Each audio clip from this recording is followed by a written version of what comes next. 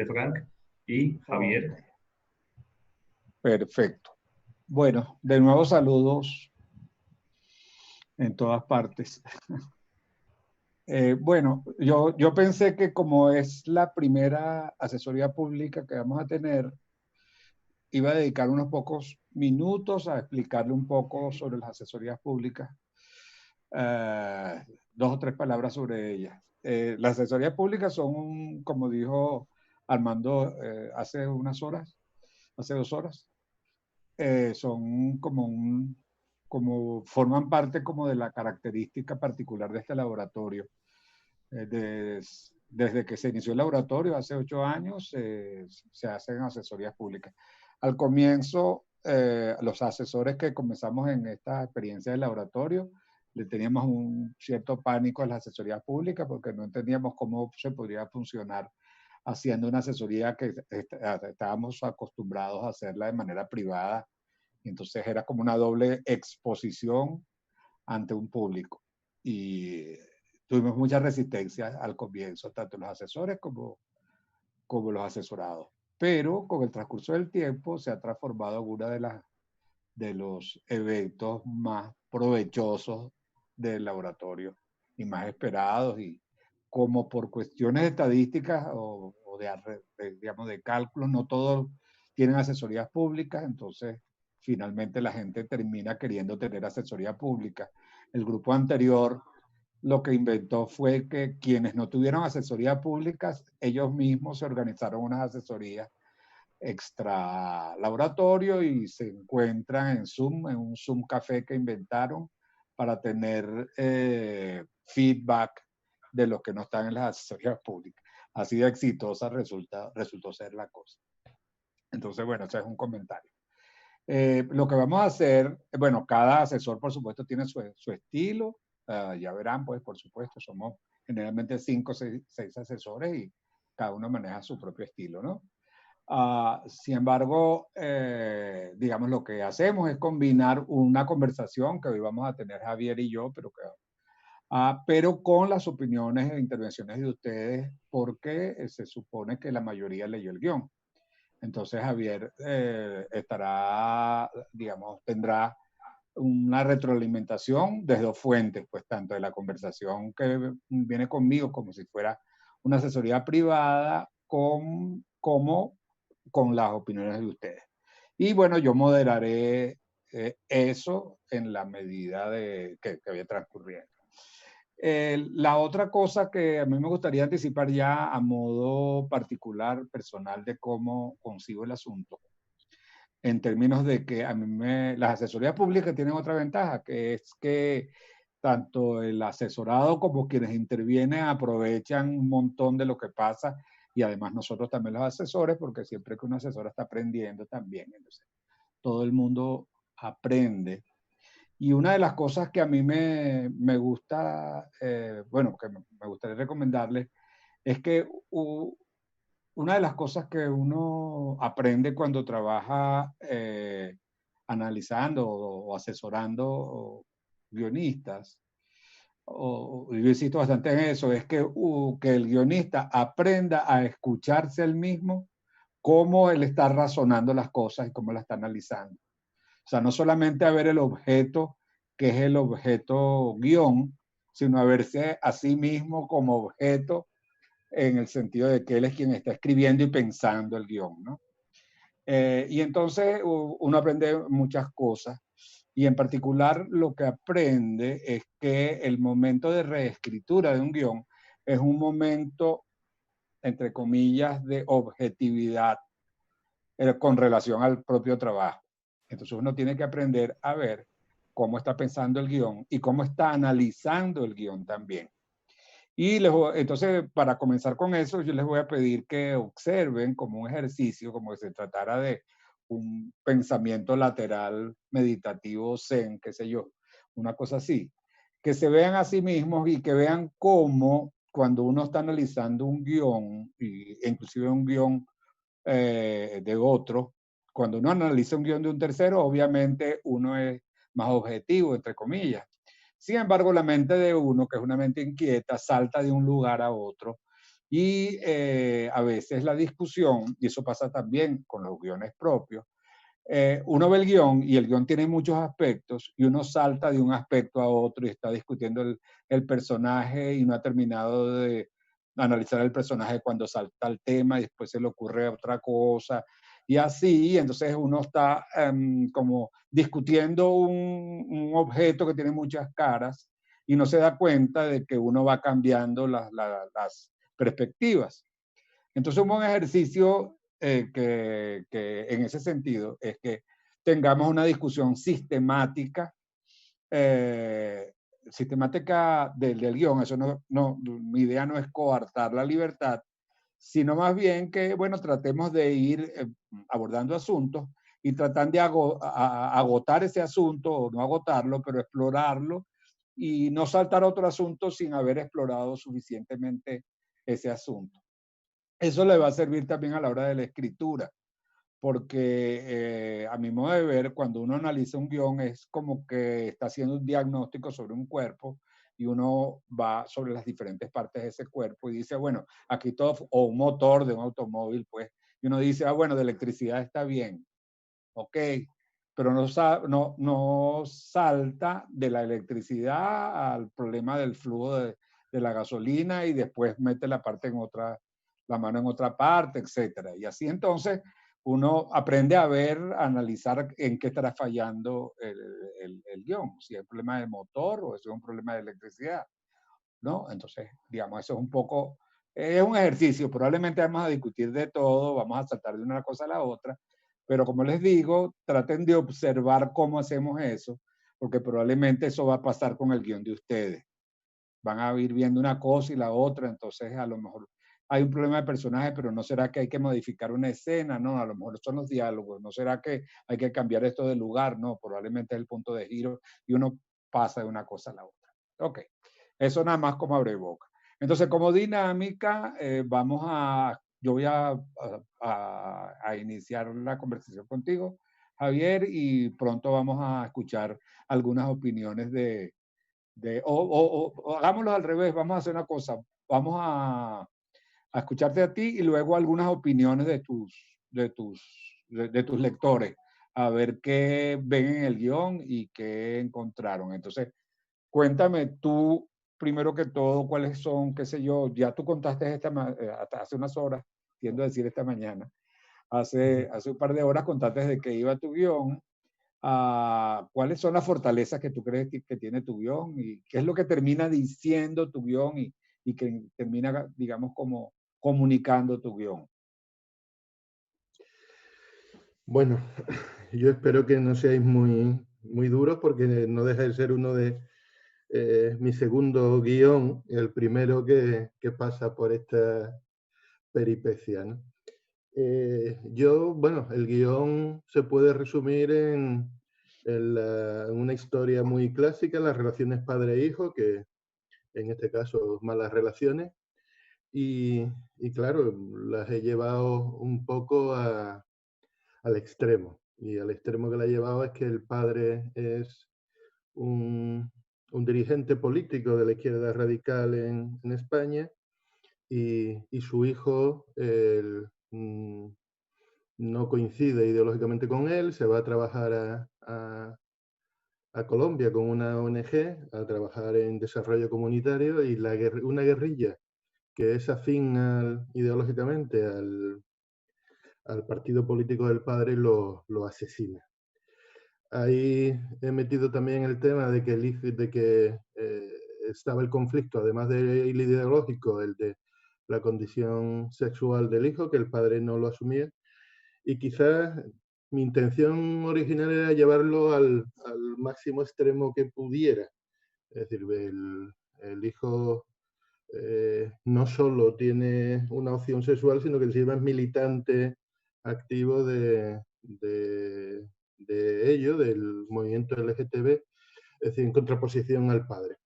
Y también otra cosa que me interesaba era que siempre en esta sociedad tan polarizada que estamos viviendo en los últimos años, donde la gente ve de derecha o de izquierda y parece que todo está muy muy claro y que los de derecha quieren el dinero, los de izquierda quieren socializarlo todo, cómo hay valores que en definitiva no tienen que ver con la política ni con nada, sino tiene que ver con las personas exclusivamente, y eso quería reflejarlo también. En ese sentido, es decir, de ahí que el partido del padre sea de izquierda y sin embargo sea un hombre que mantiene posiciones en principio homófobas, aunque luego, a lo largo del guión bueno, las va suavizando, ¿no? Y lo mismo, también el tema de la guerrilla lo he querido ver un poco así, porque yo lo he ambientado en Colombia porque es un país que conozco, estuve allí trabajando con la Cruz Roja un poquito, haciendo tareas de identificación, y he tenido mucho contacto tanto con el mundo rural de Colombia como con refugiados aquí en Europa, de gente que tuvo que salir huyendo de Colombia precisamente por culpa de la guerrilla y tal, y que los he conocido aquí. Entonces me interesaba también ese tema. Y hice un poco una mezcla de todo eso y de ahí el guión. La historia que quiero contar es la relación padre-hijo y cómo un hecho tan extraordinario como el asesinato del hijo hace que el padre intente, ya tarde, pero que intente entender lo que ha sido las opciones que tomó su hijo, y la idea, que no sé si he conseguido, es que al final él termine entendiendo esas ideas y termine comprendiendo. En definitiva, el mensaje final es que padre e hijo son lo mismo, independientemente de todo lo que lo separaban, que los genes pueden sobre cualquier otra cosa, y que al final para cualquier persona externa, ajena a la política o al los movimientos gays y tal, al final lo que queda en esencia es que padre e hijo se parecen, no voy a decir como dos gotas de agua, pero que casi, ¿no? Es decir, ese es un poco lo que quería expresar, y no sé si con fortuna o sin ella. Ok, entonces vamos a preguntar a nuestros lectores qué opinión tienen de lo que leyeron y qué apreciación tienen con relación a lo mismo que tú estás diciendo. Si te entiendo bien, tú quieres hablar, ¿quién es el protagonista de esta historia? Si tiene un protagonista, el personaje principal de esta historia, ¿quién será? Yo en un principio pensaba que el protagonista era el hijo, aunque no aparece, es decir, aunque fuera de las 4 primeras escenas, el tiempo que tardan en matarlo, yo en un principio creía que el protagonista en realidad era el hijo, pero no, luego a la medida que fui haciendo el guión, creo que el protagonista realmente es el padre, y quizás el Jairo, el marido del hijo, es un poco el que jugaría en la historia el papel de hijo en este caso, ¿no? Es decir, el que tendría que contar la historia del hijo. O sea, yo creo que si hay que poner un protagonista sería el padre. Ok, vamos a llamarlo como el personaje principal y vamos el padre. Sí, y para entendernos vamos a referirnos al personaje principal como el personaje cuya interioridad, vamos a decir así, cuyos valores en este caso están en juego en la historia. Porque tú, cuando lo estuviste contando, hablaste un poco como del viaje interno de este personaje que ve la vida de una cierta manera, tiene una cierta perspectiva y según según lo que tú describes, cambia esa perspectiva después de ciertos eventos que tiene que vivir. Entonces, el personaje principal o central de esta historia sería Daniel, el padre. ¿De acuerdo? Ok. Sí. Comentarios de ustedes. ¿Qué vieron ustedes en la historia de Javier y qué pueden decir? Ajá. Yo quisiera... Sí. ¿Yo? Sí, claro. Hola Javier, ¿cómo estás? Hola. Bueno, primero decirte que me gustó tu historia bastante y que al comienzo me encanta cómo comienzas con este hecho que es sorprendente. pero a lo largo de la historia me sucede esto de lo que ustedes estaban hablando. Hay muchas partes que he ido desglosando, pero quisiera hablar de lo que estaban hablando del personaje principal. Yo en algún momento he tenido una confusión, entonces por eso me pareció buena esa pregunta, porque en algún momento para mí era Dani el personaje principal y después Daniel. Entonces, siento que esa es una cosa que deberías trabajarla porque a lo largo de la película yo quiero conocer más a Dani. Y siento que Daniel, Jairo y la mamá, que no me acuerdo cómo se llama, Adriana, Ariadna, sí. son como los canales que te Ujú. llevan a conocer a Dani, ¿no? Porque yo siento que todo el viaje desde su muerte hasta que él va a Colombia y va descubriendo cosas, ellos son el canal. Entonces, siento que deberías remarcar más este personaje principal para que no exista esa confusión. Y eso me parece a mí fundamental. No sé, puedo estar equivocada. A ver, pero Ivette, la confusión es que tú sientes que hay, en algunos momentos piensas que el personaje principal podría ser Dani y en otros momentos piensas que puede ser Daniel el padre. Exactamente, exactamente. O sea, yo he seguido la película sintiendo que era Dani, pero como nos vamos interiorizando en Daniel, me pierdo ahí, ¿no? Entonces, en momentos específicos, quiero saber más de Dani. Siento que cuando el padre hace su viaje a Colombia, hay cosas que más allá de sus diferencias políticas y del hecho homosexual, quiero conocer más a Dani. No sé si me hago entender por qué pensaba que era el personaje principal. Sí, a lo mejor Ese sería mi primer acote. Ok, sería interesante, Javier. Sí, di Javier, pero vamos a ver si todo el mundo tiene la misma percepción. vale. ¿Podría yo? Sí. Sí, cómo no. Hola Javier, Frank, Hola, todas, Ricardo. todos.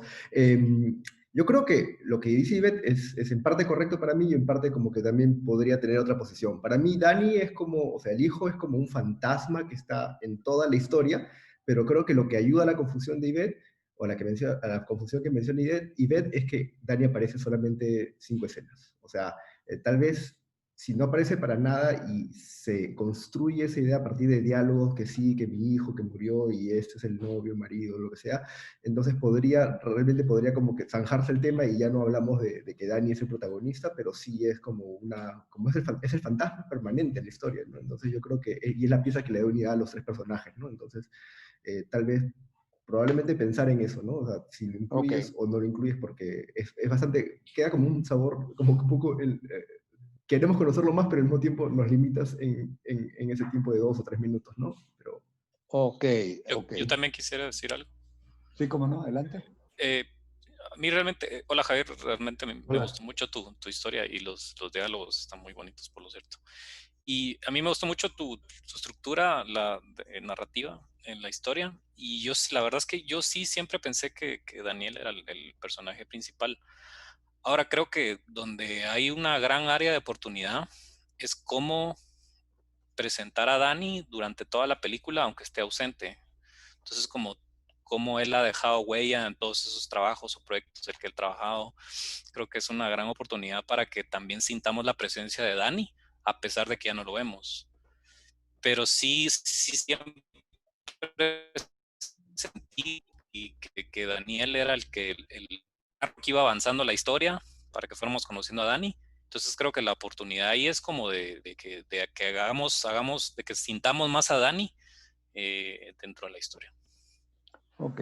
Sí, Javier, y yo quisiera luego comentar algo con relación a eso, pero hay otra visión diferente de lo que se está diciendo. yo puedo Maggie, agregar algo. sí, Sí. Maggie pidió la palabra, Frank. Adelante. Hola, ¿qué tal? Sí, igual también coincido mucho con los chicos sobre el guión de Javier. A mí me gusta mucho el hecho de que esté la relación padre-hijo, ¿no? Aparte, como tú lo presentas, es muy interesante. Coincido con lo que dijo el compañero anterior, Fernando, que se puede conocer más. A mí me pasaba que yo desde mi visión, ¿no? Yo decía, ¿por qué no conocemos a Dani y a la relación de Dani, Daniel, encima tienen como el mismo nombre, en ese viaje a Colombia, ¿no? O sea, tal vez que el padre, me faltó eso, porque siento como que fue a Colombia, miró un poquito por aquí, por allá, pero no se metió, no se terminó como de meter más en ese mundo de su hijo, ¿no? A mí me pasa eso, igual. Por mí, la primera parte de la muerte de Dani es muy fuerte, es conmovedor también, y ahí vemos también cómo le cae, ¿no? La ficha al padre, ¿no? O sea, tantos años de una relación conflictiva, le cae la ficha de que el hijo murió y todo, ya no puede ir para atrás, ¿no? Entonces, creo que ahí puedes como utilizar en ese viaje, ¿no? ¿Qué es lo que le pasa? ¿Qué descubre de su hijo? ¿Qué pasa con este también de esta militancia, ¿no? Y a mí me pasaba que este guerrillero, eh, que no me quedó bien si era colombiano o no me quedó bien, era el nombre, no me acuerdo, pero había uno que era el jefe, ¿no? De este grupo guerrillero, Sí, Ismael.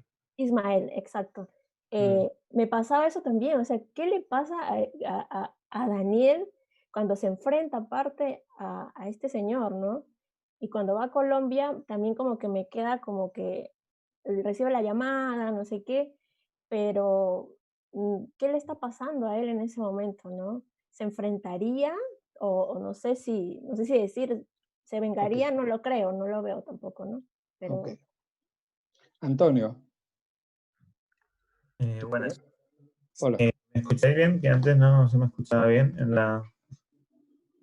yo comparto con Maggie lo del final, me ha pasado igual. Sí que me parece muy interesante lo de que nos plantea al principio Dani el hijo como el protagonista y que se muera porque comparto el interés de saber más por ese personaje con el padre. Me siento identificado en esa búsqueda de quién es Dani. Pero a mí me ha pasado como Maggie que al final en ese viaje a Colombia como que no llego a compartir la revelación con el padre.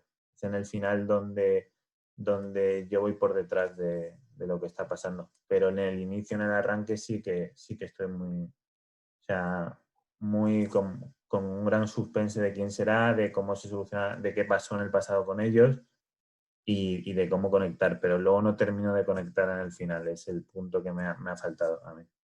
Ok, tengo dos intervenciones, tres, pero quisiera hacer un inciso primero, y es el siguiente. Es curioso, fíjense ustedes, por eso digo que uno tiene que escucharse, ¿no?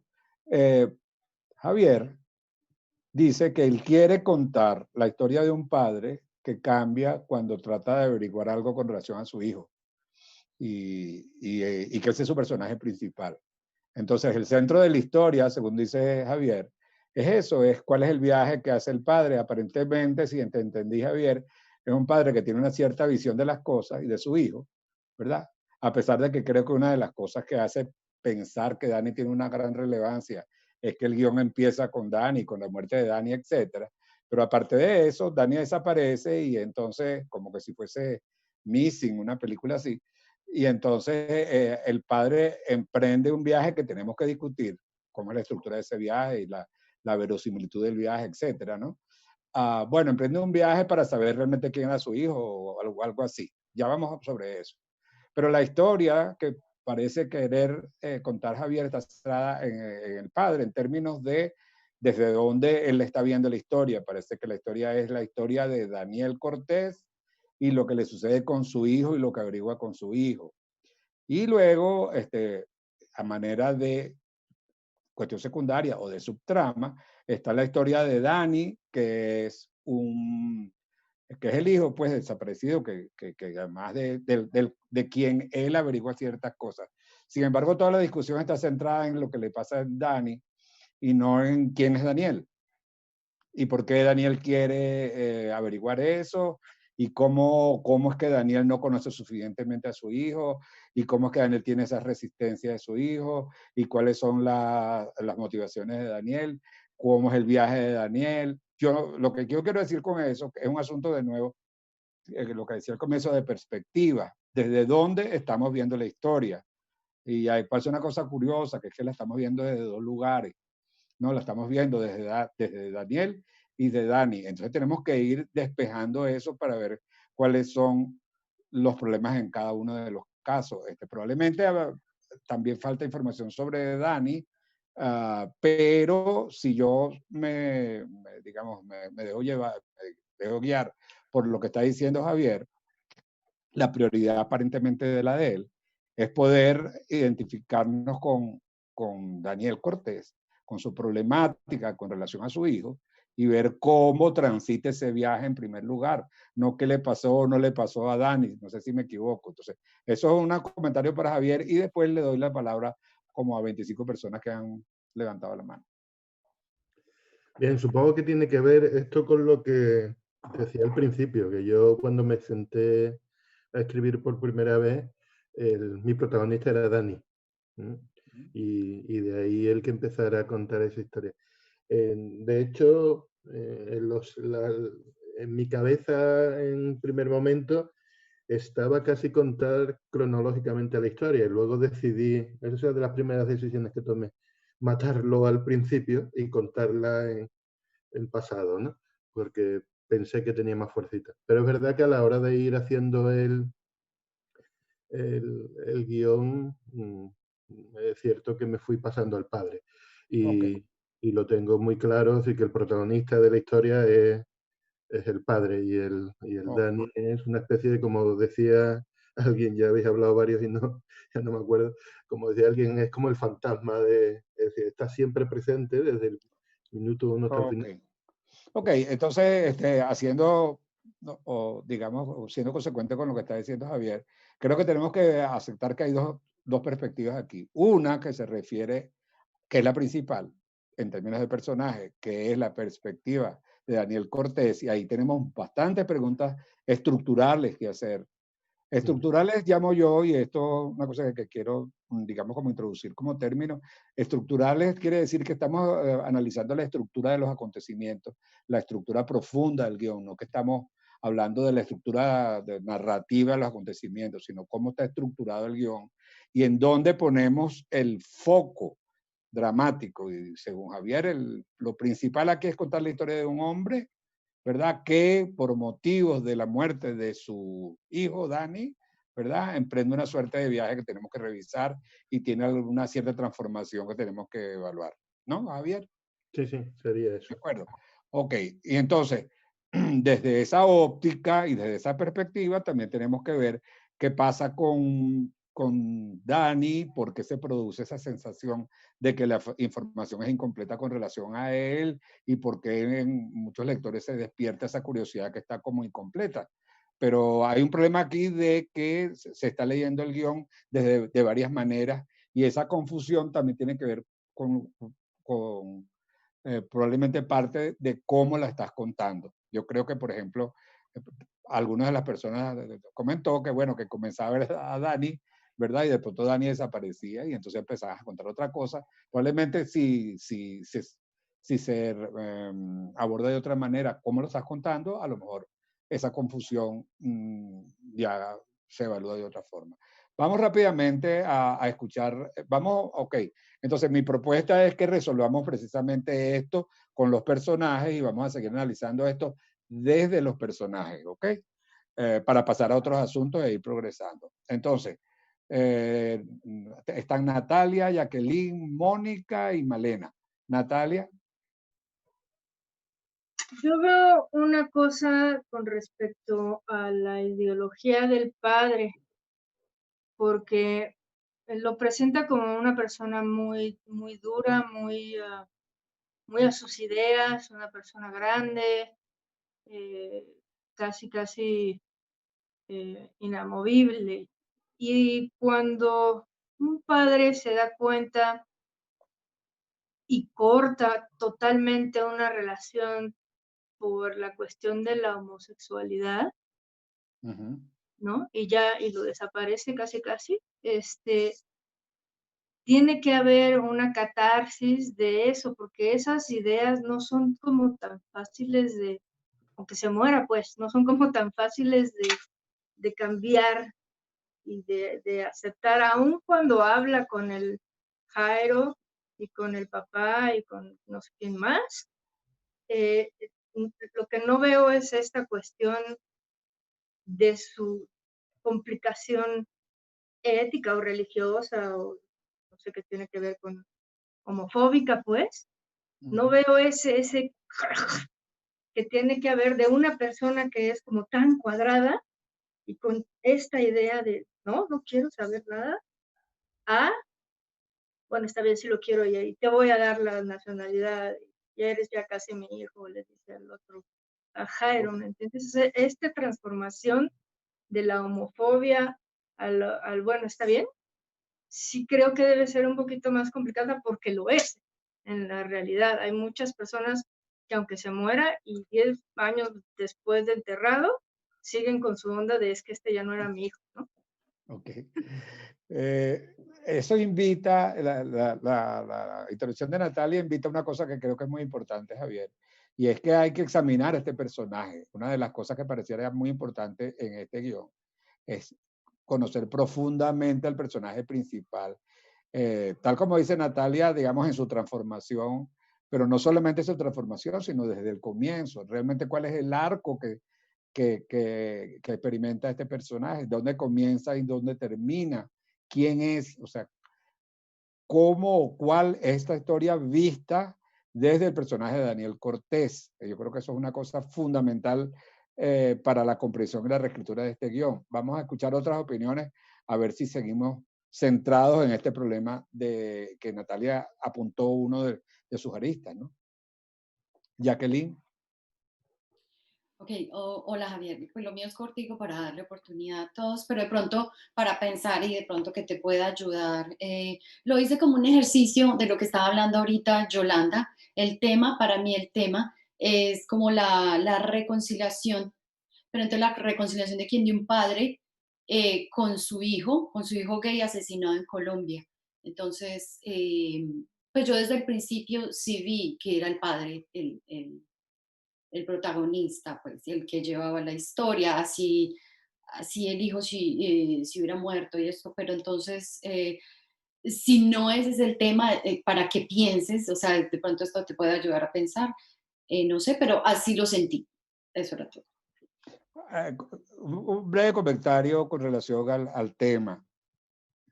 En términos prácticos es bueno pensar el tema como un asunto de dos caras, no como un solo asunto, ¿no? Sino como un asunto que tiene dos caras y el tema tiene mucho que ver con el dilema del personaje central. Por ejemplo, en este caso uno tiene un padre homófobo. Por ejemplo, si nos redujéramos a lo que estamos conversando, bueno, tiene un padre que se debate entre rechazar a su hijo porque es homosexual o aceptarlo, de manera tal que el tema tiene que ver específicamente en este ámbito entre la homofobia o la tolerancia, ese par, el tema siempre es un par de valores contrapuestos, ¿no? Lo que pasa es que hay una particularidad con el tema que es interesante en tu historia, que es que tú de la mano de esa intolerancia también colocas, parece que subsidiariamente, pero me parece interesante, el tema de el hecho de que Daniel suscribe unos ciertos valores ideológicos particulares de una manera monolítica y que eso también cambia al final, pareciera, ¿no? Es decir, él no solamente deja de ser homófobo, sino que su apreciación de lo político cambia, ¿cierto, Javier, o no? Sí, la idea un poco, vamos, en mi cabeza, Daniel es un hombre que tiene problemas con su hijo en la adolescencia, principalmente por el tema este de la orientación sexual del hijo, y que es decir, la transformación de Daniel viene tras su muerte cuando ve el trabajo de su hijo. Digamos, él piensa de su hijo que es un bala perdida y que se ha dedicado a vivir la vida y poco más, y es su muerte y lo que provoca su muerte lo que le hace ver que su hijo en realidad es una persona tan, tan solvente y tan respetable como lo es él en un momento dado, ¿no? Es decir, que las ideas del hijo y las opciones del hijo no lo hacen, es decir, que el cambio de visión del padre tiene que ver con eso, con que conoce la realidad de su hijo un montón de años después de haberlo apartado de su vida, ¿no? Entonces, claro, el cambio es no solo de su actitud ante la homofobia, sino también sobre su propia ideología, un poco por eso. Es decir, el hijo es el que le hace ver que ese pensamiento monolítico es el que no tiene ni pies ni cabeza, ¿no? Ese es un poco mi Claro. reflexión sobre el personaje de Claro, claro. Entonces, haciéndole caso a Jacqueline y pensando en el tema, uno tiene una cosa útil aquí es ver cuál es, digamos, como el tema en términos del concepto que englobaría esos dos asuntos. Por ejemplo, si uno contrapone, qué sé yo, el pensamiento y los valores pensados como algo inamovible, ¿verdad? La rigidez de lo ideológico, por darle algún nombre, versus la flexibilidad de lo humano en sus particularidades. Entonces uno podría decir, bueno, el tema tiene que ver un poco con eso, entre apostar a las creencias, un poco y al prejuicio que implican las creencias, porque toda creencia se emparenta, o no se iguala, pero se emparenta con el prejuicio, en el sentido de que es un prejuicio técnicamente. Y por otro lado, cuando uno se aproxima a la humanidad de las personas, entonces está yendo lo particular del humano. Y el tema estaría entre eso, entre el prejuicio y la humanidad, para darle simplemente ponerle etiqueta. Esas etiquetas siempre nos ayudan a saber un poco cuál es el dilema del personaje. Y eso englobaría tanto lo político, digamos puramente político partidista, como lo que tiene que ver con la apreciación de la sexualidad, ¿no? Entonces, es más o menos por ese track que andamos, ¿no? Ok. Entonces, Mónica iba a hablar. Hola, Javier. Hola. Antes que todo, decirte que me gusta la historia, ¿no? La idea de padre e hijo que cambian y se reconcilian a través de la muerte de uno de ellos. Pero he tenido un problema a la hora de leer el guión, que es que en la primera parte yo no sentía nada por el padre, siendo el padre el protagonista. Y se le acaba de morir un hijo, ¿no? Entonces, sobre todo como a nivel de sugerencia estructural, quizás yo sentiría más, siendo el padre, si en lugar de empezar con la muerte del hijo, yo empezara con el padre recibiendo una llamada de la madre diciendo que nuestro hijo no da noticias hace tanto tiempo, ¿no? Y ya empiezas a notar un nervioso, quizás él empieza a reconectar con el hijo con alguna lembranza, pero lo quita de en medio porque tienes un millón de cosas que hacer. Y luego viene la noticia de que se ha muerto, ¿no? El hijo, el notición. Y de allí ya el viaje a Colombia. Y de esa sugerencia yo uno a algo que yo no sabía, pero que escuchando escuchándote, ¿no? Sobre cómo has creado la historia buscando antagonismos, yo no logro llegar a ver que el opuesto de un niño gay sea la extrema izquierda. Pero para mí sería mucho más potente si lo que buscas son opuestos, ¿no? Que fuera Santiago Abascal, su padre, que fuera el líder de Podemos, ¿no? Por ejemplo. Y entonces, cuando hablamos de homofobia, ya viene todo el lado anti-inmigración también de la extrema derecha, de que le hace rechazar el marido del hijo y todas las cosas que él viene hablando en la televisión, en los medios de comunicación y tal, y todo ese cambio que viene a él, al final le pone en cheque en todo lo que viene diciendo y cómo viene subiendo en las encuestas y todo eso. Bueno, es una sugerencia de escucharte ahora y que se me ha ocurrido, nada más. No, precisamente, gracias Mónica por tu valoración, pero precisamente el que sea un líder de la izquierda es buscado. Es decir, es precisamente que quería poner esa contraposición precisamente es buscada. Es decir, que siempre la homofobia se relaciona con la derecha y con la extrema derecha y nunca con la izquierda, y cuando no es cierto. Es decir, hay tantos homófobos en un lado como en otro, de la misma manera que hay tantos homosexuales en un lado como en otro. O sea, que claro, sí está buscado. Sí, sí, y entiendo, volviendo al tema, antes de seguir dando la palabra, pero volviendo a lo que tú decías, por eso, a ver, una cosa importante es escuchar al autor, ¿no? Escuchar al autor para ver qué es lo que el autor quiere.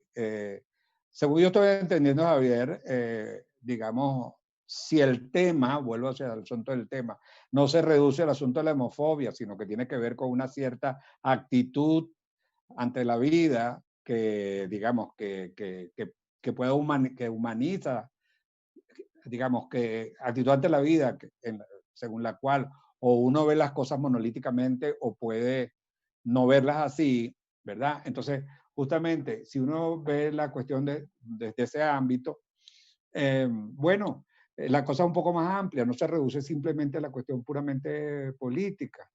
Entonces, digamos, el trabajo que está buscando Javier es poder contar eso. Aquí hay unos asuntos centrales que yo te quisiera decir, Javier, y es que la manera de contar convincentemente eso es que nosotros entendamos con profundidad al personaje de Daniel Cortés. O sea, que lo comprendamos, porque podamos decir, bueno, este padre desde el comienzo es un padre que primero que todo tiene esta actitud y estos prejuicios ante la vida y ante su hijo, etcétera, etcétera.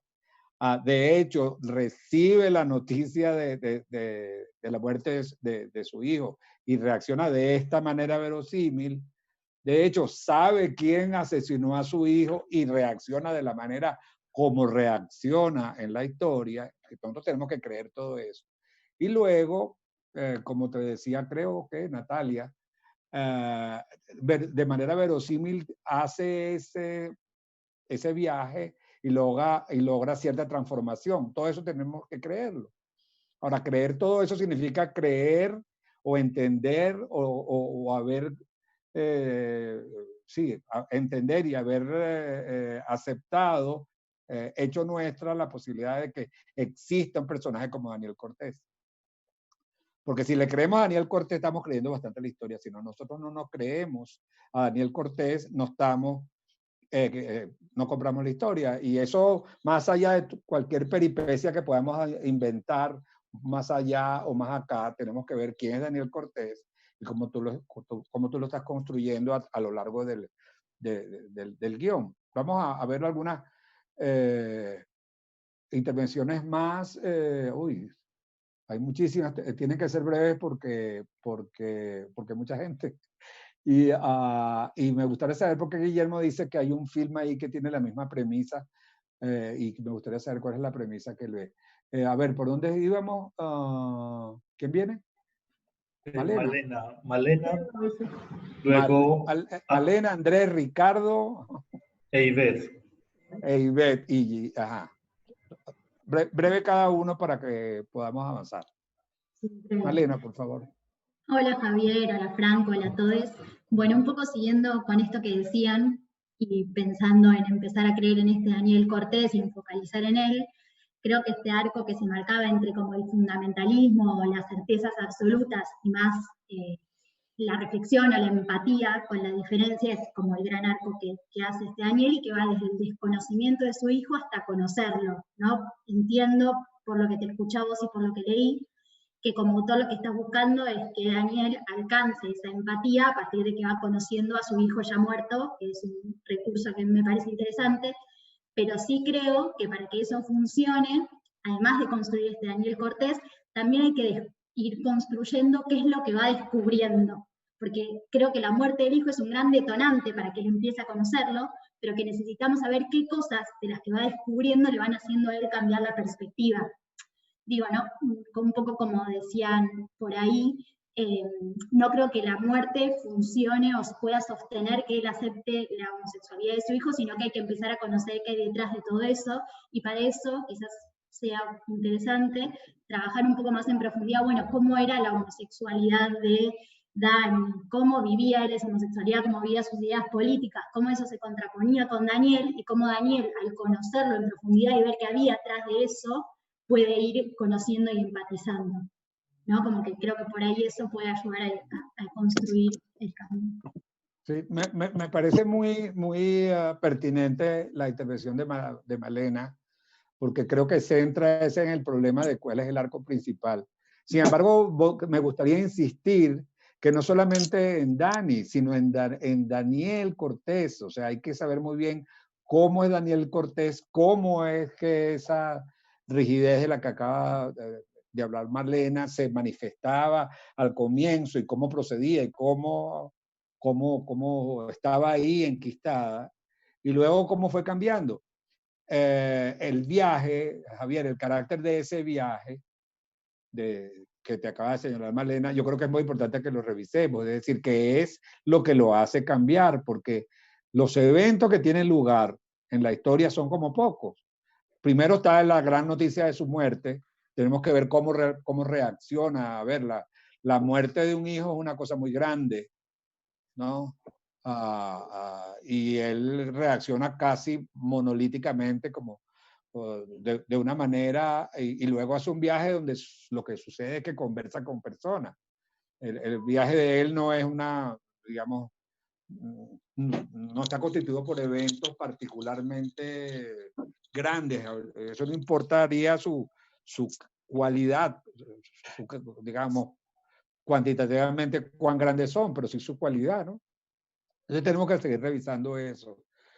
Pero además de Dani, hay que saber realmente quién es nuestro personaje para saber y evaluar cómo es capaz cómo representa ese cambio del que estamos hablando, ¿no? Cómo es que llegue a empatizar, como decía Malena. ¿Quién sigue? Andrés. Sí, gracias. Hola a todos. Hola. Yo tengo básicamente una pregunta vamos a reflexionar quizás juntos. Yo me pregunto si la película es una película que el guión va sobre sobre todo me surge esto por lo que dijiste, Javier, de que era una película sobre la relación con un hijo, pero yo creo que es más que con un hijo, con el fantasma de un hijo. Entonces me preguntaba si la película va sobre el duelo de un padre realmente o va más sobre la pesquisa política, de alguna manera, porque yo siento que a veces todo el tema político se acaba si es una película sobre un duelo, el tema político a veces como que se acaba comiendo ese duelo, o esa crisis que pueda estar teniendo ese personaje. Y a partir de ahí yo me pregunto si es realmente un hombre, por lo que dice, que te interesa que sea Daniel, vamos a ser el protagonista, que entra en una crisis, a partir de la muerte del hijo, entra en una crisis como hombre, como padre, a darse cuenta de que está con vamos a decir, no conoció nunca a su hijo realmente, lo juzgó en vida y ahora no puede cambiar eso, o realmente es un padre que a partir de la muerte de su hijo entra en una crisis casi de valores políticos porque se da cuenta que todo lo que ha creído de alguna manera lo llevó a la muerte, que son dos películas diferentes en mi opinión. Sí. Y partiendo de eso, y ya con esto cierro, hablando ya de personajes y de punto de vista y eso, yo también creo que realmente ahora mismo está un poco, por lo menos entre lo que tú me cuentas y el guión que yo leí, está un poco fragmentado el punto de vista, no solamente porque en algún momento comenzamos con Dani y luego realmente la historia que la cuenta es Daniel, sino porque también hay momentos que me pregunto, si por ejemplo que tú cambias el punto de vista de Jairo para contar algo, yo me pregunto, bueno, ¿por qué estamos cambiando ese punto de vista y no descubrimos a Jairo desde el punto de vista del propio padre, por ejemplo? Eso es lo que tengo para decir. Sí, a ver. Eso está un poco raro. A ver, sí, un momento, sí, ya vamos para allá. Muy importante lo que acaba de apuntar, porque precisamente, y ahí coincido contigo, yo creo que aquí hay un problema de que, digamos, el asunto político, tal como lo acaba de decir Andrés, el asunto político y el asunto, no sé cómo diría, de la sexualidad, compiten un poco, y a veces uno se pregunta de qué va. O sea, yo creo que vale la pena que analicemos esto y que lo tomemos en cuenta, porque, bueno, inclusive lo puedes ver en tus escenas, ¿no? Hay escenas dedicadas a la discusión con Jairo y a todo el asunto de cómo era él, donde él se avergüenza, etcétera, etcétera. Y hay las discusiones con Israel y con Carmen, que tienen que ver más con el asunto político. Y van como en paralelo. Y uno podría decir entonces, bueno, como decía, es que ¿hay un asunto subordinado al otro o hay dos películas, como muy bien acaba de decir Andrés? Hay una película que tiene, que funcionaría sin el tema de la homosexualidad y una película que funcionaría sin el tema de la enfrentamiento político. Entonces, ahí hay una cosa importante que resolver o que merece una respuesta. No sé qué dices ahí, Javier, a eso. La verdad que yo siempre, la dualidad esta también fue buscada. Es decir, empiezo a dudar ahora que os escucho, pero siempre quise caminar en las dos historias. No sé cómo hacerlo y que no compitan tanto entre ellas, quizás, ¿no? Pero yo busqué la doble vertiente. Claro. No es... Claro, pero una posibilidad de subordinando una a las otras, ¿no? Y por eso tratábamos un poco de hablar de este asunto o englobándolas en una idea un poco más que las contenga, ¿no? A ver, porque, perdona Javier, porque es que hay asuntos que yo me preguntaba como lector, ¿no? O sea, un padre, a ver, yo como padre se presenta, así sea quien sea, el asesino de mi hijo, a decirme que, bueno, a explicarme que fue que lo confundió, ¿verdad? Quizás voy a hacer un inciso que quizás pueda servir, un inciso personal para hacerlo ver, porque parte de una experiencia personal, y la voy a contar brevemente. Pero entonces el tipo de padre que eso significa, el tipo de persona que es particular. Porque si se tratara de mí, yo simplemente le saco los ojos al señor y le digo asesino y lo mato probablemente. No. Y la anécdota personal que voy a contar es que yo conocí a una persona que digamos, cuya hija fue abusada, ¿verdad? Y sin embargo, de alguna manera, abusada por una mujer, por cierto, era una niña pequeña y abusada por una doméstica que también era mujer, pero abusó sexualmente a la niña. Y sin embargo, esta persona no reaccionó como en el caso de tu historia contra ella y un poco adoptó la actitud de Daniel, racionalizando el asunto. Entonces yo me preguntaría, ¿por qué racionaliza de esa manera, ¿no? Un asunto tan pasional? Porque una de las características que tiene el guión es que es altamente racional, ¿no? Predomina la razón y los diálogos y todo está hablado y la pasión no se ve mucho. Todo está como dicho. Entonces uno se pregunta de qué está hecho Daniel y si lo que pasa es que tanto su apreciación sobre lo sexual como sus ideas políticas caen, digamos, entran en el denominador común de una rigidez particular sobre la cual uno tiene que interrogarse. ¿Cómo es? Entonces yo repito la pregunta. ¿Cómo es Daniel Cortés para que esto se pueda vivir? ¿Cómo es Daniel Cortés? Si yo no entiendo cómo es Daniel Cortés y quién es Daniel Cortés, difícilmente puedo entender bien esta historia con su profundidad. Porque es sobre esa actitud que estamos hablando, ¿no es así? Claro, yo creo que de las dos historias que hay en paralelo, la de la ideológica y la de la opción sexual, la principal es la ideológica. Es decir, que por eso el guión está en Colombia, por eso al hijo lo asesina la guerrilla. Es decir, que si hay que subordinar una historia a la otra, sería la de la homosexualidad sobre la ideológica. Y que en el origen sería ese. Lo de la homosexualidad me interesaba por lo que hablaba antes, ¿no? El conflicto original con el hijo tiene que ver con la condición sexual del hijo, no con la ideología. Y quizás la crisis ideológica viene a raíz del trabajo del hijo y del asesinato por los que comparten ideología con el padre. Es decir, que está claro que la historia la tengo más asentada sobre la ideología que sobre la sexualidad. Okay. Antes de dar la palabra, que tengo una lista ahí, ¿por qué reacciona cuando él recibe Israel? ¿Por qué reacciona como reacciona él así? Bueno, supongo que todos, cuando escribimos, aunque sea ficción, estamos cogiendo modelos y cosas que hemos visto y tal, y ahí hay muchas que son cosas que he ido viendo y que he ido, en algún caso, viviendo también. Es decir, toda la parte colombiana tiene mucho que ver con cosas que viví allí. Y la verdad que uno está pensando en situaciones concretas y en personas concretas. Es decir, el modelo del padre, para bien o para mal, yo lo he conocido. Quizás, no sé, quizás tengo que pulirlo más y quizás tengo que buscar esa pasión que dices, pero que sí, que hay personas así, aunque nos parezcan extraños. Es decir, y cuando tienes una edad y toda tu vida la has basado en unos valores tan asentados como este hombre, pues aún en situaciones tan dramáticas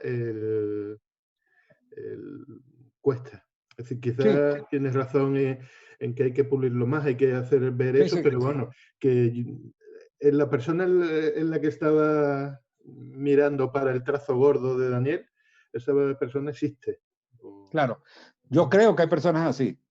No, estoy seguro, y de hecho las he conocido, por eso di este ejemplo a los que me refería, y era una persona militante, etcétera. Hay cosas que yo lo creo, pero lo sé, pero tengo que sentirlo, tengo que creerlo, debe ser verosímil en tu historia, no que solamente que hay una referencia que lo haga veraz, ¿no? Ok, de acuerdo. Entonces, por eso yo insisto que el trabajo de construcción, de profundización en Daniel Cortés es muy importante, ¿no? Y también quedó por ahí una cosa que dijo Natalia, que creo que Natalia y alguien más, o Malena, ya no recuerdo, que es un poco ver cómo se hace verosímil ese arco, ¿no? Ese arco, cuáles son los eventos que lo van a transformar a él. Él lo que hace es simplemente un viaje y unas conversaciones, ¿no? Eso es lo que realmente pasa ahí, pues, solamente en busca de saber un poco qué fue lo que estaba detrás de todo. Él tiene algunas conversaciones y descubre algo de lo cual ya tenía algunos indicios. Y no tenemos tampoco mucha información de cómo era, también lo dijo, ¿quién? Andrés, creo. De cómo era eso antes, para uno ver la perspectiva completa. ¿A quién le toca por ahora? Que hay mucha gente aquí. Sí, en realidad tengo dos observaciones. La primera es que el tema de la homosexualidad es súper presente, desde los espacios, por ejemplo, que se describen como el barrio de Chueca en Madrid, que es, ¿me entiendes? O sea, los espacios ya definen que es uno de los temas principales, sino el tema principal de esta historia, o de la relación entre ellos. Pero también, con respecto a lo que dice Natalia, o sea, yo creo que el arco de transformación, hay algunas cosas que no ayudan a reforzar lo que tal vez lo que quieres decir, y yo pienso que el padre no termina por aceptar la opción del hijo necesariamente, pero termina por admirarlo, porque el padre es un gran dirigente, ¿no? Es un gran dirigente que ve en el hijo logros sobre una comunidad afuera, logros dirigenciales, básicamente. Recibe la medalla de honor de Salamanca, no sé. Entonces tiene como que este arco de transformación se ve, tal vez yo pienso de esto de manera un poco contaminado por esos logros que, no sé si de verdad si va por ahí, pero yo creo que en general no termina con que el padre en reconocerlo, pero termina como que en admirarlo. Y sería solamente como que la pregunta que dejaría en este momento. ¿Es reconocimiento a que su hijo es homosexual o lo admira como los logros dirigenciales que tiene? Ok. ¿Quién sigue? Ivette, creo. Sí, sí. Un poco reforzando lo que íbamos. Yo estaba muy de acuerdo también con Natalia y con lo que están hablando del arco de transformación. Yo siento, Javier, que podrías tener otro tipo de herramientas. Y hay una herramienta bien interesante que se podría trabajar en el personaje de Daniel, que es el remordimiento.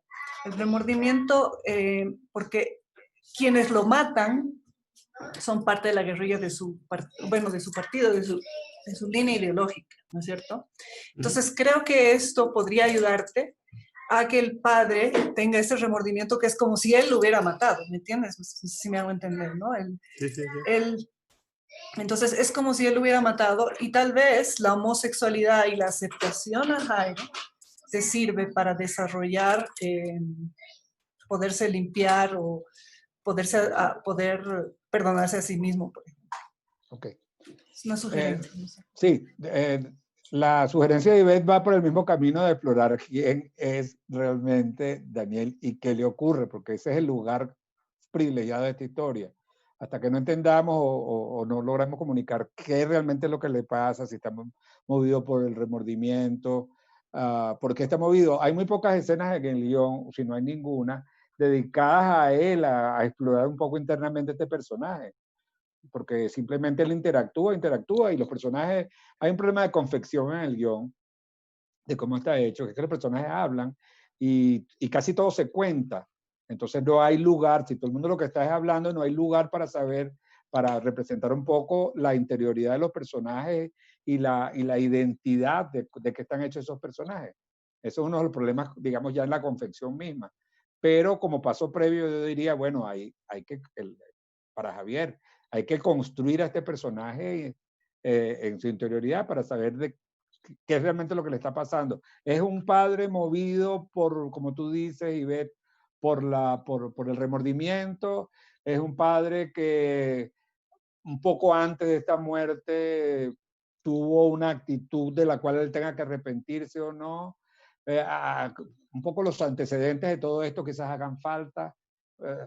Lo que yo creo es que hay que construir para el espectador un lugar para identificarse con todo esto. Mientras tanto estamos viendo esto desde la exterioridad y opinando como extraños a lo que pasó. A ver, ahora viene Noemí. Noemí Baruja. Tienes apagado el micrófono, Noemí. Por favor, actívalo. Aquí. Hola, Javier, ¿qué tal? Hola. Quería hacerte una consulta. ¿Para ti qué es más importante, que enfaticemos con el padre o con el hijo?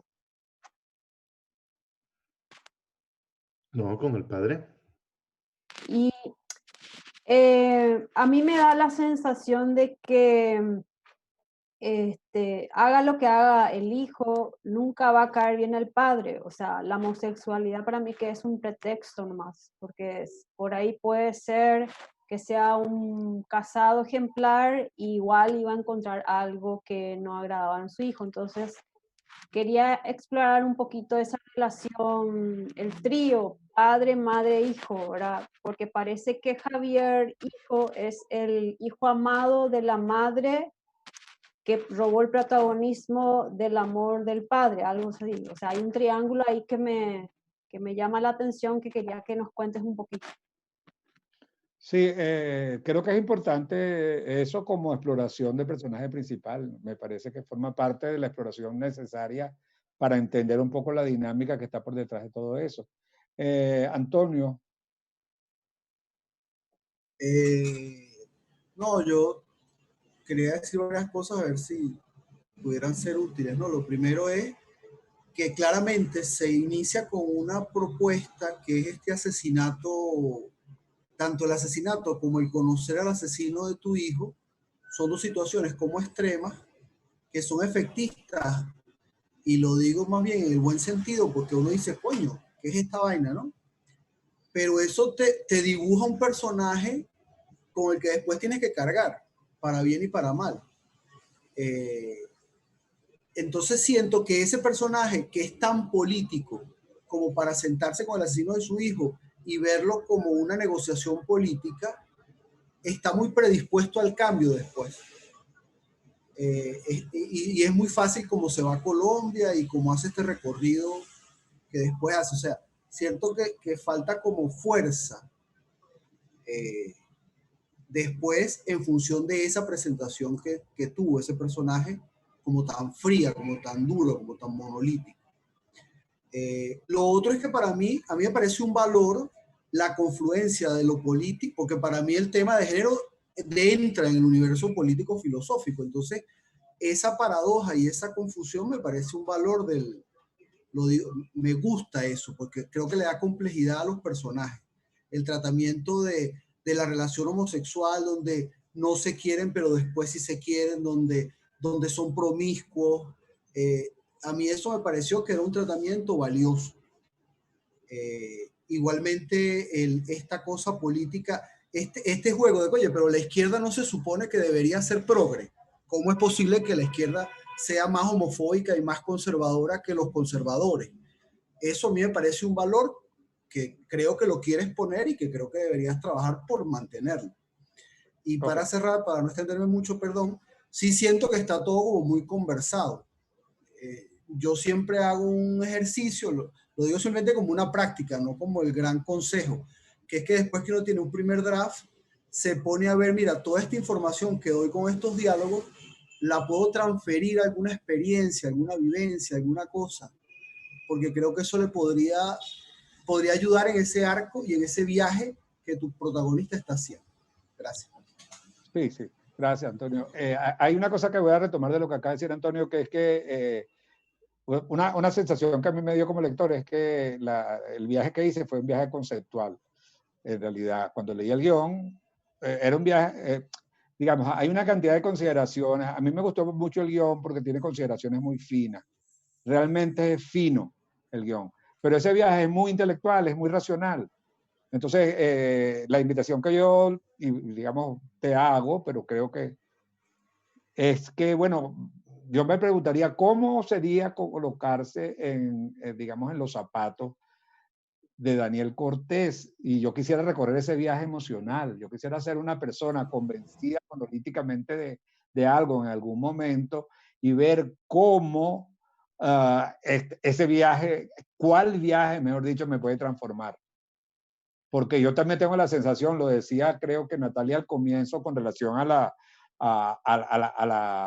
las posturas frente a la homosexualidad, y yo lo agregaría frente a las posturas extremas, frente a las creencias, ciertas creencias, el cambio es casi, digamos, imposible. Uno siente en la vida real, pues, uno siente que hay ciertas ideas que las personas son refractarias completamente cuando tienen ciertas posturas. Entonces, ¿cómo así que un padre que es capaz de justificar por razones de su adherencia política, ¿no? O sentarse a negociar o conversarla, cómo es que él puede llegar al otro extremo?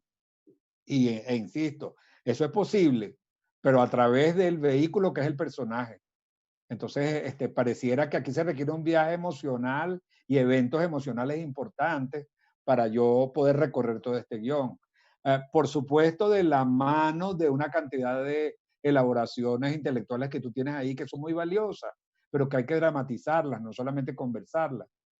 Lo que pasa es que el guión está muy, muy conversado. A ver, después de Antonio que venía, Maggie. Otra vez, creo. Sí, y después. Sí, sí, justo yo iba a hacer un comentario muy similar para empezar, ¿no? A lo que dijo José Antonio, que claro, como que habría que ponerle como más acciones, ¿no? Al personaje Daniel, ¿no? Y porque de todo lo que estamos conversando, me pasa que yo siento que Daniel está como en un estado perplejo, no está como en shock ante todo lo que la muerte de su hijo y todo, ¿no? Y me pregunto, ¿cómo se transforma, ¿no? ¿Qué catarsis, cómo hace esa catarsis de duelo, ¿no? Eso, y después me surge también una como inquietud con un personaje secundario, pero no menos importante, que es Jairo. Me preguntaba, ¿es necesario que sea colombiano? ¿No? O sea, yo siento que ese personaje puede ser cualquier otro extranjero, es más, hasta puede ser español, ¿no? Pero, o sea, también me pasaba, por ejemplo, ¿no? Que como está construido, ¿no? Es fuerte, ¿no? Que su marido se haya muerto en Colombia y encima él ni siquiera puede ir allá. Entonces, por eso me preguntaba esto, ¿no? Es necesario que sea colombiano, puede ser de otra nacionalidad, ¿no? Porque al fin y al cabo también es un personaje secundario que tiene relevancia, porque al final con Daniel papá, como que se hermana también, ¿no? Como que termina siendo como un hijo sustituto, ¿no? Okay. Okay. Claro, la pregunta que yo te diría es, ¿qué inconveniente que hay con que sea colombiano? No, el que sea colombiano también fue buscado. Es decir, Claro, me imagino. que precisamente eso que a ti te chirría, yo lo buscaba. Es decir, uno es colombiano, el otro es español y ninguno se puede mover de su sitio. Y además el debate de fondo también ahí es el de la inmigración, las políticas de inmigración europeas, que es lo que retiene al hijo en España y que si no le da un permiso especial al ministro no puede ir ni a recoger el cadáver de su marido, ¿no? O sea que sí, Claro. eso es buscado. Lógicamente puede ser de cualquier otro sitio y Claro. tal. Claro. Ahora, yo creo que una de las cosas de lo que dice Maggie que puede serte útil también es que el hecho de que tienes ahí una posible subtrama, que tampoco la estás desarrollando. Creo que un poco hacia ahí apunta también la observación de ella. O sea, tienes ahí elementos dramáticos importantes y quizás lo estás desaprovechando y que se pudieran imbricar con la trama principal. Pero entonces digamos, bueno, hay un terreno ahí que puedes explorar, creo yo que eso es un poco lo que pienso yo. Perdón, antes de cerrar, claro, yo te entendí eso, lo entiendo, pero claro, me pasa que volvemos a lo mismo, o sea, falta como profundizar también un poquito más en Jairo, ¿no? Porque yo me ponía como en su lugar, ¿no? A ver, yo he vivido también en el extranjero, ¿no? Y me preguntaba, ¿no? A ver, ¿qué tal mi pareja siendo extranjero? Lo asesinan en mi país, lo asesinan en Perú, así a sangre fría. ¿Qué me pasaría? O sea, ¿cómo Claro. reaccionaría? Eso siento que le falta a Jairo, ¿no? Y es un personaje muy potente también. Sí, estoy de acuerdo con Maggie, sí. Natalia y luego Mónica. Natalia. Yo creo que hay diferentes tipos de catarsis y dependiendo de la personalidad de uno, es cómo hace esas catarsis. O sea, hay personas que lloran y se tiran al drama y toman antidepresivos, o hay personas que golpean cosas, hay personas, ¿me entiendes? Que las catarsis no son peleas verbales en muchos casos. En muchos casos son cosas como interiorizadas, pero tampoco vemos eso como este pelearse consigo mismo, que puede ser desde te metes a bañar 25 horas, o no sé, o sea, cosas que son dramáticas por la acción misma, no por lo platicado, pues. Yo entiendo que un guión tiene que ser complementaria a la imagen a los diálogos. ¿Sí? Si puedes quitar diálogos para poner imágenes que te digan lo mismo, es entonces en donde hay como un equilibrio entre la imagen y el diálogo, se complementan. Y es muy importante también no pensar que le tienes que explicar todo, absolutamente todo, al espectador, sino también dejar que el espectador sienta ese tipo de catarsis como él la puede percibir. No sé si me explico. Sí, cómo no, claro. De nuevo desembocamos, creo que en lo mismo, pero digamos con una variante también. Es que la manera de recorrer pasionalmente este guión está en el personaje y de manera que emerjan todas estas expresiones de la acción que no son puramente verbales, también están en el personaje. Ahora, de acuerdo, entonces creo que un foco importantísimo es que tú conozcas más profundamente al personaje y logres dramatizar un poco más profundamente lo que está pasando, más allá de que lo comprendamos, ¿no? Porque lo comprendemos en sus razones. De hecho, todas las razones están explicadas. Pero también creo que cabe revisar un poco los sucesos externos, ¿no? Los sucesos externos, porque los sucesos externos están de nuevo como en el campo puramente racional, caricaturizando un poco lo que acaba de decir Natalia. Bueno, cabe la posibilidad de que yo visite Colombia, me echen todos los cuentos y yo, sin embargo, salga de ahí sin que me ocurra absolutamente nada desde el punto de vista de mi pensamiento. Porque sobre todo, digamos, si yo tengo una armadura racional, y lo racional justamente es lo que caracteriza mi coraza. Entonces, bueno, ya yo estoy, digamos, acostumbrado a que nada me entra por la cabeza, probablemente me entra por otra vía. Entonces, ¿qué le sucede? ¿Cómo? La pregunta sería, ¿por qué vía este hombre puede cambiar? Digamos, esto que decía Antonio, que bueno, que es un terreno importante de explorar. Para mí, te digo, fundamental. He conocido, tengo muchos ejemplos de personas que tienen una gran distancia de la vida real entre lo que tienen en su cabeza y lo que les pasa a 5 centímetros y son incapaces de verlo. Ahora, ¿qué puede cambiarlos? Esa es la gran pregunta. Entonces, número uno, tenemos que saber cómo son esas personas, un poco tener la radiografía de cómo son esas personas emocional y cerebralmente casi, ¿no? Y luego, ¿cómo eso puede ser cambiado? ¿Cómo puede cambiar eso? Entonces yo creo que tienes que revisar un poco, Javier, los eventos que ocurren ahí, porque el itinerario es muy racional y podría resultar ingenuo que este personaje cambiara simplemente porque se dio cuenta de eso. O quizás está eso, pero cómo él vive esa trayectoria y cómo tiene esa epifanía, donde está involucrada la muerte de un hijo, que creo que es una cosa importante, que un hijo que es diferente, ¿verdad? Pero donde hay todavía, digamos, un poco esos dos aspectos que yo estoy de acuerdo con lo que dijo, creo que Andrés, creo que están de alguna manera compitiendo, pero sobre todo, bueno, hacer eso verosímil en el viaje. ¿Y cuáles son los eventos?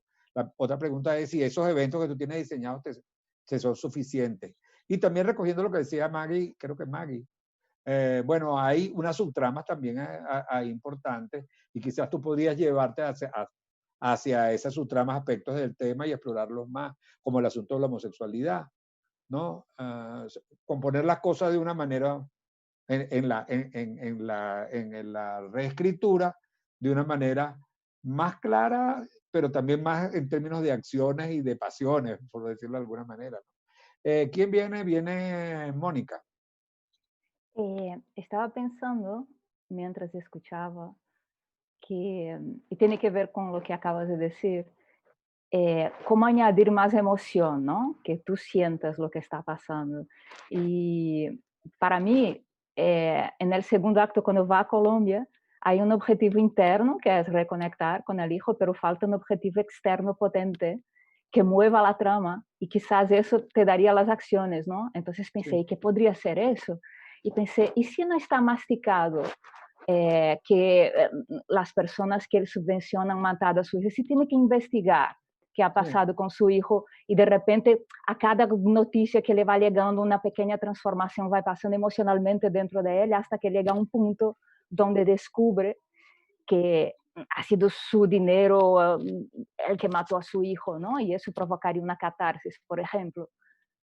Sí, eso se traduce, yo estoy de acuerdo con que el objetivo externo no es muy claro y pareciera que el objetivo de él, Javier, ¿por qué él va a Colombia? Para saber realmente, porque es un objetivo tanto general, para saber realmente quién era su hijo, para quitarse, él lo dice en algún momento, para despejar su cabeza y realmente para librarse del fantasma que tiene, porque como se dijo antes, le remuerde mucho la conciencia. O sea, ¿qué es lo que lo mueve hacia...? Estoy de acuerdo con lo que acaba de decir Mónica, que lo externo es un tanto genérico. No quiero decir realmente que eso no necesariamente funciona, en términos de que pudiera ser un objetivo de conocimiento y no de necesariamente una investigación. Pero no me queda claro del todo qué es lo que hace tan urgente o tan imperativo para él ese viaje. Yo creo que el viaje a Colombia es de conocimiento del hijo. Es decir, es lo que quiere es encontrarse con su hijo, porque independientemente de que no sepa quién ha disparado, sabe perfectamente quién ha matado a su hijo. Él sabe que es la guerrilla esta la que lo mata, y eso no tiene duda. Y quizás el saber quién pegó el tiro físicamente le da igual. Él lo que quiere es reconciliarse con el hijo. Pero el hijo se murió. ¿Qué diferencia hay entre Daniel que toma el avión para Colombia y el que regresa, en términos de lo que él buscaba con el hijo, para ver si tenemos eso claro.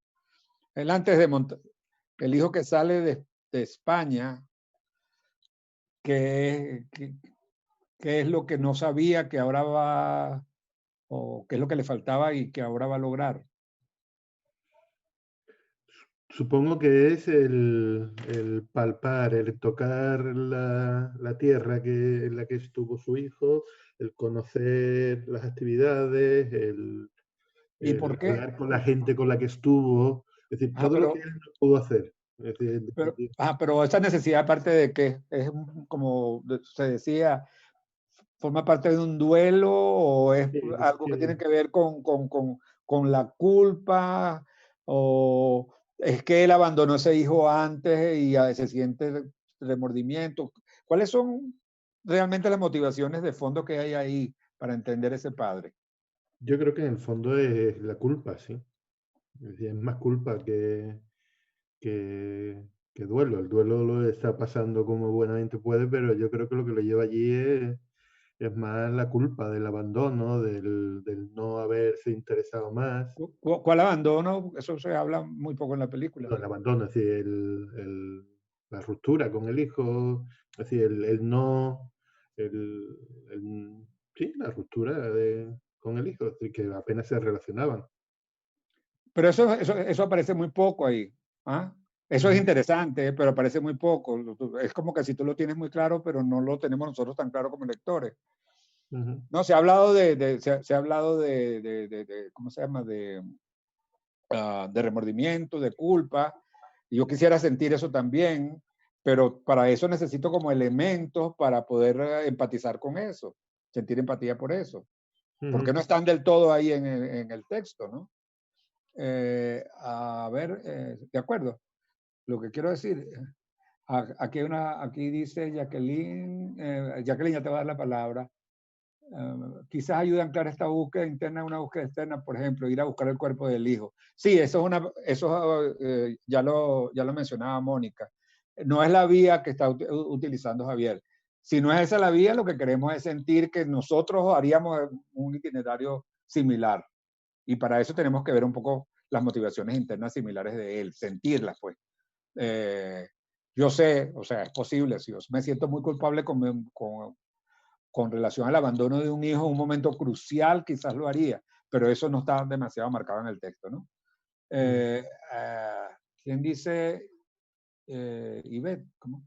¿No sería también que se quiere contar consigo mismo? Bueno, de eso tengo un comentario, a ese comentario tengo un comentario general antipático, que es que nadie quiere comentar. Todas esas son cosas como explicaciones inconscientes, pero nadie quiere encontrarse consigo mismo, en realidad.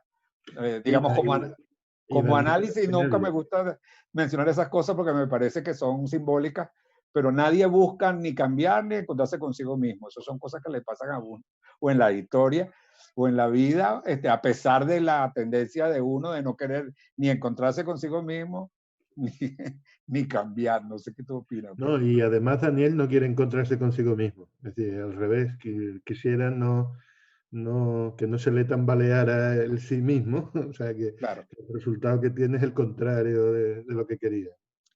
Para que un personaje como él cambie, tiene que estar sometido a una presión. Sí, Michelle, ya voy. Para que un personaje cambie, como él cambie, tiene que vivir a una presión muy grande, ¿no? Está sometido a una experiencia muy grande para que pueda cambiar. Eso sí es, y lo que creo que un poco pasa es que esa presión tal como está, que tú la necesitas y creo que es indispensable para cambiar a un ser como él, como los que tú has conocido, ¿verdad? Entonces, el diseño de las circunstancias para que cambie tiene que ser muy cuidadoso para que yo crea ese cambio. Y para, como también decía alguien, Natalia, creo, no sé qué, para que yo pueda, sí, ella, para que yo pueda acompañarlo en la pasión que eso implica y en el dilema y en el dolor que eso implica. O sea, es una película de personajes y tengo que acompañar a ese personaje en ese viaje emocional, que no es nada racional, o no es enteramente racional, ¿no? Hay todo un tour de force ahí. Y probablemente el rechazo y la culpa tendrá que ver con el hecho de la homosexualidad, pero esto es una historia que pasó y que quizás deberías tú tener muy clara para que algunas de las cosas de esa historia que están ahí sirviendo digamos, dinamizando esto, pudieran emerger y yo entender cómo fue eso, por lo menos en términos emocionales, si me explico, ¿no? Marc, perdón, Javier, ¿ibas a decir algo? No. Ok. Michelle, Marc quiere hablar por ahí, creo que está. Michelle. ¿Tienes apagado el micrófono, Michelle? Bueno, Michelle, no conocían. Hola. Bueno, ahí ya está Michelle. Ok, no quiero comer la palabra a Frank porque es su asesoría pública y Javier, vamos a vernos esa semana para tu proyecto, por eso tampoco quisiera quemar mi asesoría empezando a decirte cosas porque después no podré hablar contigo si yo he dicho todo en 2 minutos. Pero, no, porque a veces se puede decir las cosas en 2 minutos, pero cuando uno te dice es 1 hora y media, lo dices en 1 hora y media, y cuando te dicen 3 horas, lo haces en 3 horas, pero tú, como yo soy más o menos la caña, creo que a veces se puede decir una frase, y esa frase puede impactar, y yo tenía, escuchando a Frank, una frase dos frases que me venían, escuchando, bueno, uno me presentó, soy Marc, no he podido estar con vosotros hoy. Una casualidad con el tema de Javier es que yo tenía un problema con mi hijo, pero por suerte no era el caso del guión de Javier, pero no podía estar con vosotros. Saben más o menos quién soy, no voy a hacerlo en 10 minutos, en 30 segundos doy clases en Francia y a través del mundo, talleres y sigo proyectos en desarrollo, que sea principiantes o personas que ya han hecho películas. Siempre es la misma problemática. A veces creemos, te lo digo Javier, así como me vinieron las cosas, 2 cosas. Cuando Natalia hablaba, yo he pensado al título de su guión, que es El perdón de los pecados. Y me tocaba un poco, ¿cómo hablamos de la culpa, del perdón? De un cierto modo, podríamos decir que para Daniel, la homosexualidad es un pecado en su organización mental, digamos. Por eso el título de la obra de Natalia podría ser, no sé, de tu posición de Daniel, que está intentando perdonar lo que él ve como un pecado, un defecto, o algo que no tendría que ser, porque sale de su educación, digamos. Y quizás el camino que él hace es entender que ser homosexual no es un pecado. Quizás hay algo alrededor de eso, del perdón, del pecado y de la noción de pecado y de salir de esa noción para entender el otro. Es una cosa. La segunda cosa es que, y para la frase de Lacan, yo podría decir, quizás es Daniel que se va a Colombia, pero es Javier que llega a Colombia. Me explico. Es decir, que a veces cuando escribimos algo es muy difícil abandonar a sus personajes para que existen. ¿Se entiende eso? Es decir, que por supuesto es imposible decir voy a salir del guión y dejar la computadora y las cosas van a escribirse sin mí. Por supuesto, la noción de decir dejo mis personajes evolucionar sin mí es absurda porque tú tienes que escribir. Pero la posición, digamos, la plataforma donde te pones cuando escribes, a veces puede ser de 2 maneras. O guardas tus personajes contigo y estás bloqueado y llegan a Colombia, pero Javier está con ellos y controla las cosas. Porque es como estar frente a una montaña y pensar que no se puede pasar detrás porque es una montaña. Y para ti, quizás la cuestión de perdonar, no perdonar, de matar a el que mató, como lo decía Frank, te cuesta porque tú no lo hubieras hecho. Y por eso es imposible para ti dejar a Daniel, por ejemplo, intentar de hacerlo. Porque en tu moral, en tu construcción psicológica, no sería así que tú pudieras hacerlo. Y por eso te bloqueas y bloqueas tu personaje. Cuando quizás con un mecanismo de liberación interior, tú podrías llegar a aceptar que el personaje no es tú y que quizás va a hacer cosas que no te gustan, por ejemplo, o que no corresponden a tu formación y a tu estructura psicológica. Es decir, abandonar un poco, porque creo que en tu guión, y lo hablaremos, controlas a todos para que no salgan de, no sé, de una forma, son todo muy como si todos actúan con cortesía. Asimismo hay conflictos, actúan con cortesía. Nunca la madre explota, nunca el padre explota, nunca el que mató. Es como si todos están no congelados, pero se quedan en una posición de no hacer locuras. Y otra cosa, la última, Frank, es que a veces estamos bloqueados pensando, ¿por qué se comporta así? ¿Cómo podría comportarse? ¿Es culpa? ¿No es culpa? Pero quizás un modo para cambiar las cosas es cambiar las cosas. Es decir, no solamente buscar está con su culpa, pero decir, por ejemplo, voy a intentar otra cosa. Decide ir a Colombia, pero al momento de ir, no va. Por ejemplo, y está en el aeropuerto y tiene que subir en el avión y no sube en el avión. Y puede tomar el siguiente. No te digo que no tiene que ir a Colombia, pero quizás si te quedas en la estructura de tu guión intentando poner más como lógica sin cambiar los hechos, vas a estar siempre detrás de una pared. Y quizás para salir de sus propios bloqueos hay que explotar no solamente los personajes, sino los actos y decir, voy a intentar de pensarlo. Voilà, pasa otra cosa, porque termino, Frank, te juro, pero yo he conocido personas que intentaron de vengarse después de un crimen o algo así, y que renunciaron. Pero hay una consecuencia en renunciar, y quizás en tu guión renuncia a vengarse, porque lo explica, hay una teoría que hay que hablar con el otro porque es de la misma organización, pero después no sabemos nada de lo que él va a pensar después, ¿viste? Es decir, sentir de no haber hecho una cosa. Y de las personas que yo he conocido que querían vengarse y que por ser personas educadas no lo han hecho, porque es difícil matar a alguien cuando no es tu manera, digamos. Después, eso tiene consecuencias. Enfermedad, reacciones, lloros, una reacción. Y quizás también faltan no solamente los hechos, sino las reacciones días después, semanas después, a la vuelta, algo.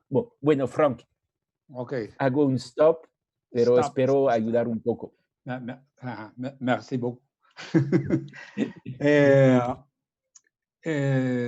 mí me parece, Javier, que de todas maneras, digamos que la respuesta está en el personaje y que hay que explorar más emocionalmente al personaje, porque de lo que dice Michel,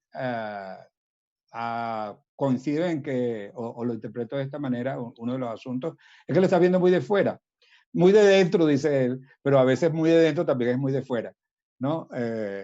Digamos, porque hay una carcasa emocional, racional en todo esto, y que a mí, paradójicamente, me parece muy provechosa, porque me parece que es muy lúcida. Yo pienso que tú tienes un guión lúcido, pero un poco frío y un poco externo. Entonces lo que toca ahora es meterte adentro de eso y también, siguiendo el razonamiento de Michel, meterte adentro para también ver otras opciones mucho más emocionales. Lo que pasa es que yo entiendo que la exploración de un personaje como este es difícil y hay que darse hipótesis, ¿no? Porque a mí me cuesta entender este tipo de personajes en la vida real, o este tipo de personas en la vida real. Sin embargo, tú tienes que construir hipotéticamente en dónde está colocado este personaje para ver qué le sucede. Yo tengo algunas cosas que decirte, así que voy a escuchar a Antonio muy brevemente, por favor, para también hacer unos comentarios que tengo anotados para que no se pasen, porque uno se hace hipótesis, pero cuando qué pena, Frank. Antes estaba en el turno Jacqueline, luego Antonio, pero igualmente les pido ser muy breves porque... Tiene que ser muy breve, sí, porque... Ya 5 minutos, quizá un poco más, pero sí debemos cerrar para poder abrir la clase siguiente. ¿De acuerdo? Sí. Bueno, lo mío era una preguntita muy breve para Javier. Era porque en algún momento pensé si Daniel vive la misma experiencia que el hijo, o sea, cuando se va para Colombia, nunca se imaginó que lo podrían matar. Entonces, de pronto ahí ya vamos a la idea de Michelle, de que de pronto no viaja o viaja o de pronto se va por otro lado. Pues eso era una pregunta para ti, o sea, nunca pensó el padre que si hacía el mismo camino que el hijo lo podrían matar. Extendiendo esa pregunta, la relación del hijo con el padre, aparte de los pincelazos que hay ahí, ¿cómo más es? Javier. No, yo creo que Daniel no teme por su seguridad en ningún momento porque sabe perfectamente quién ha matado al hijo y sabe que a él no le van a hacer nada los que han matado a su hijo. A lo mejor otros, pero los que mataron a su hijo no. Ok. Bueno, de los comentarios... Antonio ya se dio la palabra. Puedes continuar, Sí, Frank. yo lo acabo de leer. Sí, lo acabo de leer. Dice que Michelle habló por él. Entonces, que estaba incluido en lo que dio Michelle. Así que Michelle tiene, además de eso, un don ahí de interpretativo que acaba de ser corroborado por Antonio. A ver, se ha dicho en varias ocasiones que el guión está muy hablado. Lo dijo Antonio. Hasta luego, Varela, creo que fue. Y se ha hablado de la carencia de acciones. En realidad hay muy pocas acciones acá. Es un guión muy hablado. Y en realidad yo creo que hay toda una posibilidad de dramatización por fuera de esto que incluye 2 países completos en términos de espacio, ¿verdad? De espacios comunes, de prácticas que tú puedes, que tienes un vasto espacio-tiempo para dramatizar. Creo que valía la pena tomar en cuenta eso, tomar en cuenta el hecho de que si te ubica, un ejercicio que yo veo indispensable es no solamente explorar al personaje de Daniel, sino cada uno de los personajes. Yo veo aquí un trabajo de personajes importante, de profundización en todos los personajes y de relaciones que están esbozadas, por ejemplo, la relación Daniel-Jairo está bastante bien llevada, pero está Ariadna, hay una red de relaciones y valdría la pena, digamos, como que también explorar cada una de esas relaciones y su problematización, ¿no? Los conflictos que hay ahí. Eso está esbozado, pero todo está resuelto, como dijo muy bien Michelle, ahí coincido, con cortesía. Y hay una cosa que se viola. En pragmática lingüística hay una cosa que se llama la teoría de la cortesía para explicar los diálogos y es una de las cosas que uno siempre tiene que violar en las películas, casi siempre. Entonces no se puede ser tan cortés si se quiere dramatizar. Inclusive en el momento más álgido entre Daniel y Jairo predomina la cortesía, ¿no? Nadie se sale de sus casillas. Yo creo que eso puede ser sistemático. Tu guión no está en formato, no está nada en formato, hay que ponerlo en formato. Y lo del formato, lo asomó Ana esta mañana, lo del formato no es una cosa casual, los guiones tienen que estar en formato, tienen que estar escritos de una manera, aquí casi no hay descripción de acciones y eso no es casual, porque todo se le da lugar a la palabra y eso quiere decir que como síntoma aquí está pasando poco visible. Un ejercicio sería, bueno, ¿qué pasaría si yo quito todos los diálogos que puedo explicar en este guión? ¿Puedo mostrar algo en este guión que no esté vehiculado por la palabra? Aprovecho, déjame compartir pantalla un momentico, aprovecho para decirle una cosa con un mensaje a todos que tiene que ver con las obsesiones puramente formales. Y es que en los guiones hay 2 cosas que siempre de lenguaje, estoy hablando ahora de español, no de guiones, que se usan mucho y que son erróneas y que los guionistas deben erradicarlas. Uno es el uso del gerundio. En tus guiones hay frases como esta, a ver, así, que dice, en el reflejo del espejo vemos su rostro mirando hacia arriba mientras su mano aprieta un pañuelo que deja caer sobre su fuente. Ana, a ver, ajá, no, eso no es tan claro. Vamos a empezar por el otro y después les muestro cuál es el error aquí. dice así, el intruso le pega 2 tiros, uno en el pecho y otro en la cabeza, muriendo en el acto. ¿Verdad? Eso es un uso del gerundio en España, que en español es incorrecto. No sé si ven la incorrección. Dice, el intruso le pega 2 tiros, uno en el pecho y el otro en la cabeza, muriendo en el acto. Eso se llama el gerundio de posteridad, se llama eso. El gerundio es correcto cuando lo que indica el verbo principal y lo que indica el gerundio son simultáneos. Si tú le das un tiro a alguien, él muere, no muere en el momento que le dispara, sino un poquito después, ¿no? Entonces, cuando una acción es posterior a la otra, no se usa el gerundio en español. Dice, el intruso le pega 2 tiros, uno en el pelo y otro en la cabeza, y ¿quién es el muerto? Dani muere en el acto. Y muere, pero no se utiliza el gerundio. Y el otro uso incorrecto del gerundio es el gerundio como adjetivo que es correcto en inglés, pero es incorrecto en español y también es incorrecto en portugués. Que es cuando uno dice, en el reflejo del espejo vemos su rostro mirando hacia arriba, porque como hay un verbo que es el verbo ver, ¿verdad? Entonces ese mirando puede estar referido a ver. O sea, el gerundio no puede usarse como adjetivo. En inglés uno puede decir, compro una casa conteniendo muebles. Eso en inglés es correcto, porque es el progresivo y en inglés es correcto. Se usa como adjetivo en algunos casos, en español es incorrecto. Bueno, eso. Y otra cosa que también es muy frecuente en el diálogo, en un guión, es que muchas veces los personajes tienen que decir un nombre o un apelativo y luego decir otra cosa. Por ejemplo, ese error es frecuente en los guiones y quería aprovechar de decirlo porque está todo el mundo junto. Juan, déjame quieto. Y Juan, déjame quieto son 2 oraciones. Juan y déjame quieto. Y tiene que haber una coma obligatoria. Esto se llama el vocativo. Juan, déjame quieto. Mamá, no me pegues. Entonces siempre tiene que haber una coma ahí. Y como siempre los guiones tienen eso, y como lo encontré en el tuyo, pero como está en la generalidad de los guiones, aprovecho y lo comento, que cuando dentro de los diálogos coloquen coma cuando tienen no estoy de acuerdo, no se escribe no estoy de acuerdo, sino no, coma, no estoy de acuerdo.